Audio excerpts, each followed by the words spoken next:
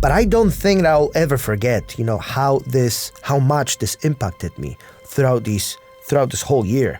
And I don't think I'll be the same person ever again. If people have more gratitude for the good quality things that they have in their life and the opportunities to be with people and to do activities. Live now and enjoy what we have now, and don't think for the moment, don't take it for granted anymore.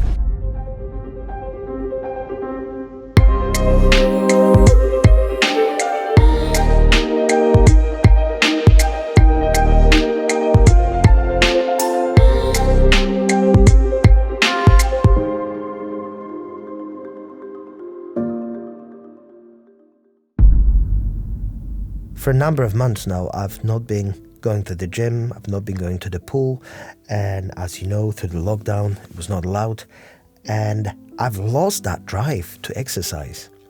So one of the things that I've noticed that since everything, was reopened, this drive started coming back to me.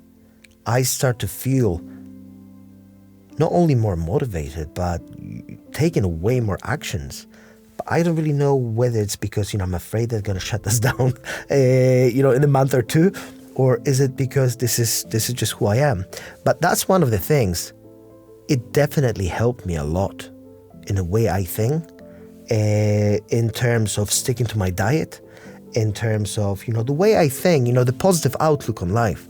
So, yes, right now I can see what a huge detrimental impact that lockdown had on my mental health throughout all these months.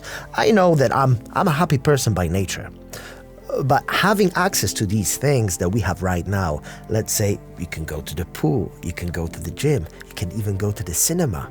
These things we've taken for granted for so many years, and I've not really appreciated as much as I appreciate it now. And I realize now that we could lose that any moment. So I guess that what I'm trying to say is my level of gratefulness has increased recently enormously, which has a huge positive impact, on my day-to-day life. And have you experienced the same thing since they've reopened, or? Not quite. I guess I haven't jumped in there yet. I guess I'm a bit reluctant. Like, I've done bits and pieces, but what I used to really enjoy doing was going to a coffee shop in the morning and having a cup of coffee and sitting and reading and doing a bit of writing. It was almost, give me a boost for the day. But I haven't reconnected with that yet. But even when you're speaking about this just now, it's making me think about it and thinking, I'm going to do that. So maybe I haven't quite jumped in there yet, and why have I not done that? It's maybe that self-preservation thing. You're saving yourself from future pain by not hoping too much, just in case it doesn't come true. Yes. Like, that's a strategy that people sometimes use, and sometimes it makes sense to do that, because who wants to be getting constantly disappointed? That's not fun. That's a potential good thing that might come out of COVID, is if people have more gratitude for the good quality things that they have in their life and the opportunities to be with people and to do activities. It's going to be interesting to see where things go and how much, see if that continues, because sometimes you take for granted what's common, and so when it's in short supply, you kind of value it, the value goes up to you. I wonder how that works going forward. If it becomes normal again and we can do all these things, does it then lose value for us? I don't know. I don't think I'll be able to look at this the same way as I did before lockdown. And the reason for that is that we've already had 2 lockdowns. So this appreciation, this gratitude, I think it's here to stay. That's the reason why I go out and I enjoy this time, because I don't know how long it will last. I hope for the best. I hope they're not going to lock us down ever again. But at the same time, you just don't know. There are all these variants, there are all these changes, all these rules. And ultimately, at the end of the day, we just have to take one day at a time. And while we have it, we should enjoy it. And we should embrace it. And I guess that there's lots of people who think just like you, who don't want to get disappointed, who don't want to start doing something and in a month just get shut down again. because that could crush you completely, your mental health and everything. So I think that the punchline of this conversation is just enjoy it. And go out there and take a full advantage of what we have. And hopefully, this time round, people will fully appreciate, the fact that we can interact with each other, we can see each other again. And this is so important, and throughout all these months of COVID, the isolation, it was absolutely horrible. We're good friends. We talked all the time, and we are the lucky ones. Think about how many people weren't as lucky as we were. So many people were just completely stuck home. They haven't gone to work. They haven't done anything. They've got fat. They've got unhealthy, and they just feel depressed, because how else can you feel if you sit home all the time? But maybe it's life changing. Like sometimes bad things happen, and you wouldn't have chosen them, and you wouldn't want them to happen again, but you get that you grow as a result, and you become somebody that you're more happy being. So you wouldn't say it's cancer, say it's something extreme, some life-changing event. And that's your hypothesis there. You said that you think you'll still value these things afterwards. So what you're suggesting is your hypothesis is that that COVID was life-changing for you. Yeah. It was. And yeah, things that change people's lives, if there's the positive aspects, can be really, really useful. And yeah, so... Especially in terms of gratitude.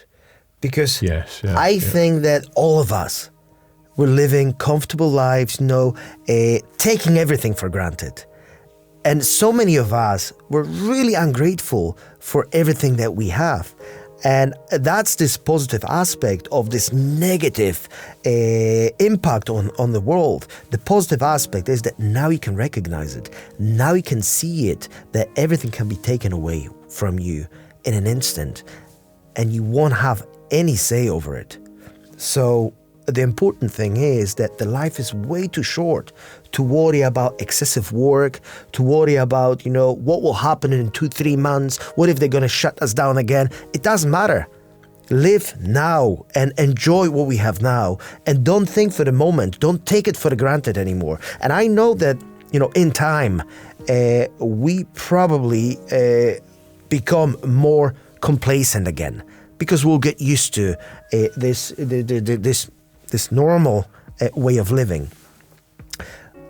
But I don't think that I'll ever forget, how much this impacted me throughout this whole year. And I don't think I'll be the same person ever again.